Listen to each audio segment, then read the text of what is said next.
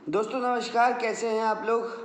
और Indian railway की vacancy बहुत ज़्यादा बड़ी वैकेंसी सिर्फ 10th पास कैंडिडेट के लिए जो 15 साल से लेकर 24 साल की उम्र में हो वो इसमें अप्लाई कर सकता है। कोई भी एग्ज़ाम नहीं होगा दोस्तों बिना एग्ज़ाम के।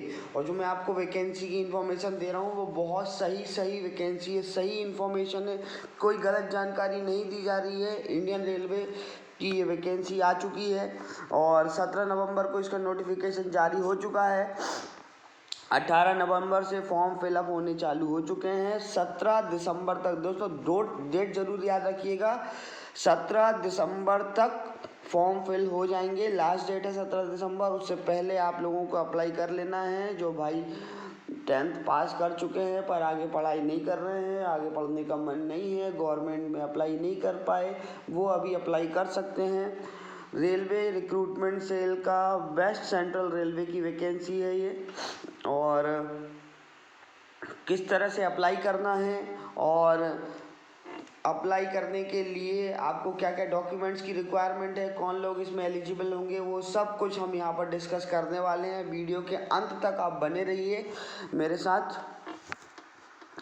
तो दोस्तों रेलवे रिक्रूटमेंट सेल है ये, वेस्ट सेंट्रल रेलवे की रिक्वायरमेंट है ये। और हम यहाँ पर अगर देखते हैं कि अप्रेंटिसशिप के लिए रिक्वायरमेंट है ये और कितने कैंडिडेट्स की रिक्वायरमेंट होगी, तो जबलपुर डिवीज़न में, सिर्फ जबलपुर डिवीज़न में 354 मतलब 351 कैंडिडेट की रिक्वायरमेंट है।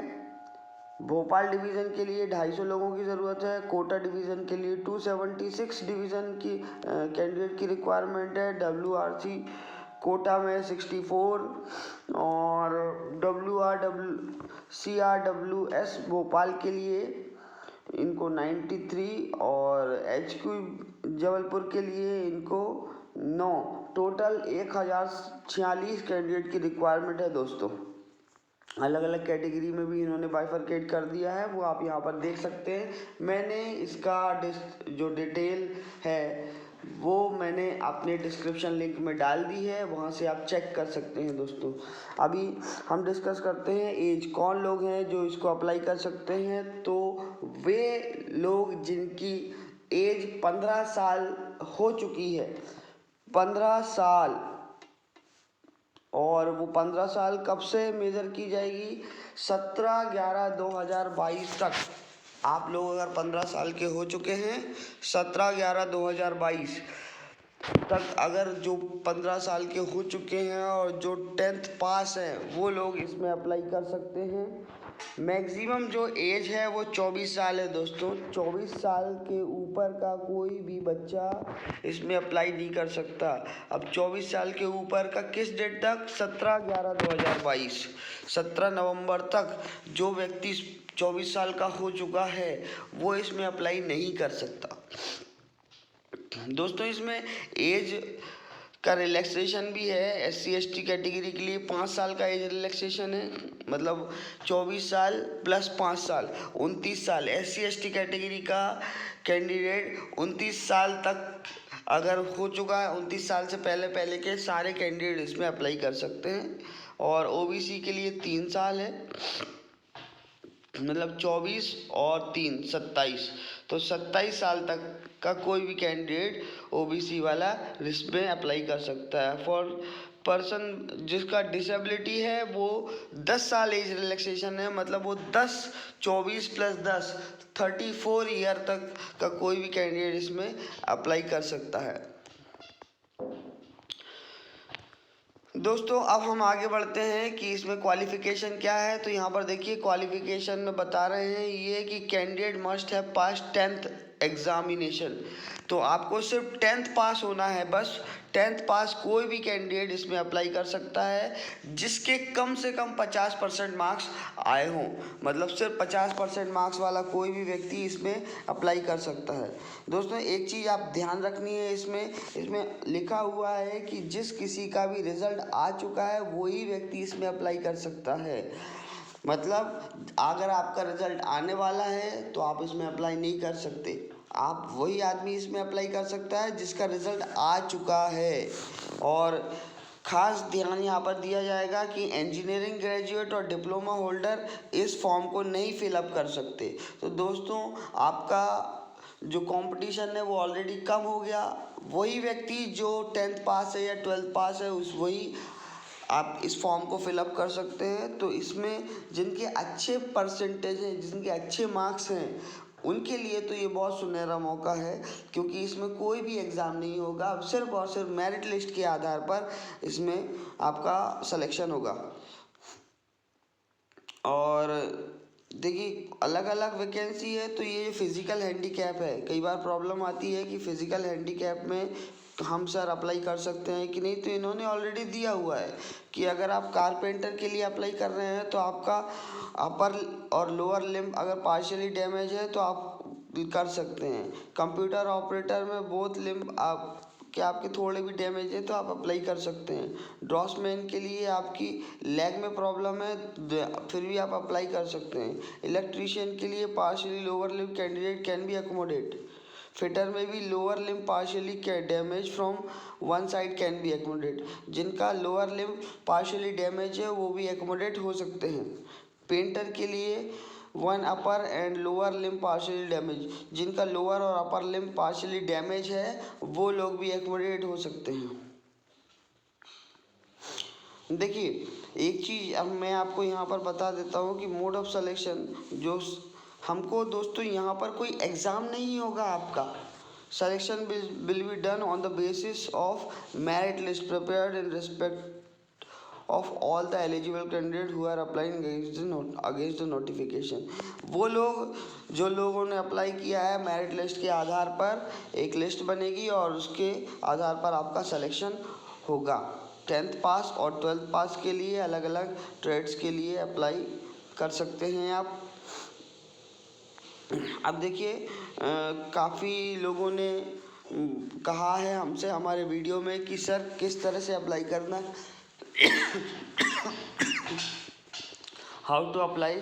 तो अप्लाई करने की पूरी प्रोसेस मैं आपको बताने वाला हूँ, वीडियो के अंत में आप बने रहिए। दोस्तों, फीस जो है वो सिर्फ और सिर्फ 100 रुपये लगेगी आपकी जनरल कैटेगरी और ओबीसी कैटेगरी के लिए। SC ST और फिजिकली हैंडीकैप कैंडिडेट के लिए इसमें कोई भी फीस नहीं है। जो पेमेंट मोड होगा वो ऑनलाइन ही आपको पेमेंट करनी है। और डॉक्यूमेंट क्या क्या रिक्वायर्ड होंगे आपको, तो डॉक्यूमेंट में आपके पास में एक पासपोर्ट साइज़ फ़ोटो होनी चाहिए जिसका साइज़ 20 KB से 50 KB के बीच में होना चाहिए। और एक सिग्नेचर आपके पास में होना चाहिए, आपका साइन, जिसका हम इमेज लेके इसको 160 उसका साइज़ होना चाहिए। और आपके पास में 10th की मार्कशीट होनी चाहिए जो, और एक 10th का जो सर्टिफिकेट आता है आपके पास में वो होना चाहिए, पास का सर्टिफिकेट। उसके बाद में अगर आप किसी कैटेगरी से बिलोंग कर रहे हैं तो आपके पास में कास्ट सर्टिफिकेट होना चाहिए SC ST OBC कैटेगरी का, जिससे आपको बेनिफिट मिलेगा मेरिट के लिस्ट के आधार पर। या फिर आपकी एज बढ़ गई है, 24 साल से ऊपर हो चुकी है, तो उसमें भी आपको रिलैक्सेशन मिल जाएगा। अगर आप फिजिकली हैंडीकैप हैं तो वो वाला सर्टिफिकेट भी आपको लगेगा। अगर आप ITI का सर्टिफिकेट है तो वो सर्टिफिकेट आपको लगेगा। अब दोस्तों, हम यहाँ पर देख लेते हैं कि आपको अप्लाई किस तरह से करना है। तो ध्यान से देखिए, यहाँ पर एक वेबसाइट का नाम दिया हुआ है www.wcrindianrailway.gov.in। इस वेबसाइट पर आपको गूगल करना है और गूगल करने के बाद में जब आपको यहाँ पर टॉप में दिखेगा अबाउट अस, और अबाउट अस के साइड में आपको दिख जाएगा रिक्रूटमेंट पे आपको जाना है। रिक्रूटमेंट पे आप क्लिक करेंगे। फिर से मैं वेबसाइट बताता हूँ, www.wcr.indianrailways.gov.in। इसमें आपको रिक्रूटमेंट पे जाना है। रिक्रूटमेंट ऑप्शन पे इसमें आपको मिल जाएगा रेलवे रिक्रूटमेंट सेल को आप क्लिक करेंगे तो आपको एक इस तरह से मिलेगा, engagement of act apprentice for 2022-2023, इस तरह से आपको मिल जाएगा। तो वहाँ पर जो एक विंडो मिलेगी आपको जिसमें आपको फॉर्म अवेलेबल हो जाएगा, वो फॉर्म आपको फिल करना है, केयरफुली आपको फिल करना है उसमें। आपको अपना नाम, आपके फादर का नाम, डेट ऑफ बर्थ, आपको एग्जैक्टली जो आपके 10th की मार्कशीट में दी हुई है वही आपको फिलअप करनी है। और अगर ये सारी चीज़ें अप्लाई होती हैं तो उसके बाद में आपके पास में एक मोबाइल नंबर होना चाहिए। आपको मोबाइल नंबर वहाँ पर डालना है, आपकी एक वैलिड ईमेल आईडी होनी चाहिए, तो ताकि आपको एसएमएस और मेल मिले उसके लिए। और जब आप पूरी डिटेल फिल करेंगे तो डॉक्यूमेंट्स के लिए पूछा जाएगा, आप डॉक्यूमेंट्स उसमें फिल कर दीजिए, बहुत आसान हो जाएगा आपके लिए। और जब आप डॉक्यूमेंट भी फिल कर देंगे तो फ़ोटो और सिग्नेचर फिल करके आप पेमेंट कर सकते हैं उसमें।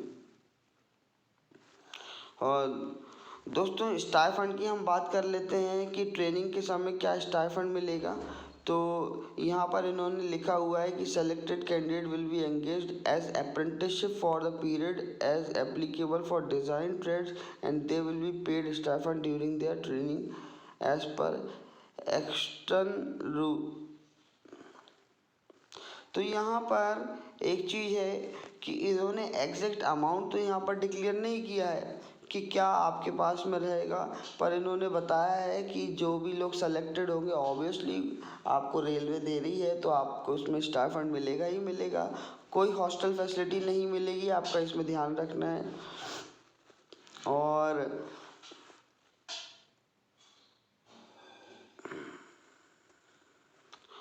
आपको इसमें एक एग्रीमेंट साइन करना होगा कि आप जो हैं वो माइनर नहीं हैं, आप अप्रेंटिसशिप के लिए मेडिकल फिटनेस में भी आपको फैसिलिटीज़ मिलेगी यहाँ पर। और दोस्तों एक चीज़ और है, अगर आपको कोई प्रॉब्लम आ रही है फॉर्म फिलअप करने में ड्यूरिंग द फॉर्म, क्योंकि बहुत सारे बच्चे हैं थोड़े से कंफ्यूज होते हैं, फॉर्म फिलअप नहीं कर पाते हैं, तो उनके लिए यहाँ पर एक मोबाइल नंबर दिया हुआ है। तो इस मोबाइल नंबर पर वो फॉर्म कॉल करके डिटेल पता कर सकते हैं कि किस तरह से फॉर्म भरना है। अगर कहीं पर आप फंस रहे हैं तो कोई असिस्टेंट आपको चाहिए, कोई डाउट है, कोई कन्फ्यूज़न है, कुछ पूछना चाहते हैं तो आप यहाँ से पूछ सकते हैं। क्योंकि बहुत सारे बच्चे हैं जो कमेंट्स में कुछ उनके डाउट्स रहते हैं, तो वो डाउट्स आप यहाँ से भी क्लियर कर सकते हैं। और आप कुछ वर्बली पूछना चाहते हैं कि अगर आपकी फ़ोन पे बात नहीं हो पाती है तो आप इस मेल आईडी के थ्रू भी पूछ सकते हैं rrc.jblpr2022@gmail.com। इसके माध्यम से भी आप पूछ सकते हैं। दोस्तों हर दिन एक नया वीडियो, एक हर नई वैकेंसी के साथ हम आपके सामने अवेलेबल होते हैं। आप सिर्फ हमारे यूट्यूब चैनल को सब्सक्राइब कीजिए, वादा है हमारा हर दिन आपके पास में एक अच्छी वैकेंसी के साथ आएंगे और हर दिन एक नई वैकेंसी के बारे में इंफॉर्मेशन हम आपको देंगे। प्लीज़ आप लाइक कीजिए, हमारा यूट्यूब चैनल सब्सक्राइब ज़रूर कीजिए दोस्तों, और बेल आइकन आपको ज़रूर दबाना है, क्योंकि अगर आपने सिर्फ सब्सक्राइब किया है और बेल आइकन नहीं दबाया है तो आपको नोटिफिकेशन नहीं आएगा। आपको नोटिफिकेशन नहीं आएगा तो आपके पास में सही समय पर सही जानकारी नहीं होने के अभाव में फॉर्म छूट जाएगा। तो 17 दिसंबर लास्ट डेट है दोस्तों इसकी, और 17 दिसंबर से पहले पहले ये फॉर्म फिलअप आपको कर लेना चाहिए। और अगर किसी का सिलेक्शन हो जाता है इस वीडियो के माध्यम से फॉर्म फिलअप करने पर तो कमेंट्स में जाके ज़रूर हमको बताइएगा। वीडियो में बने रहने के लिए धन्यवाद। आपका दिन शुभ हो।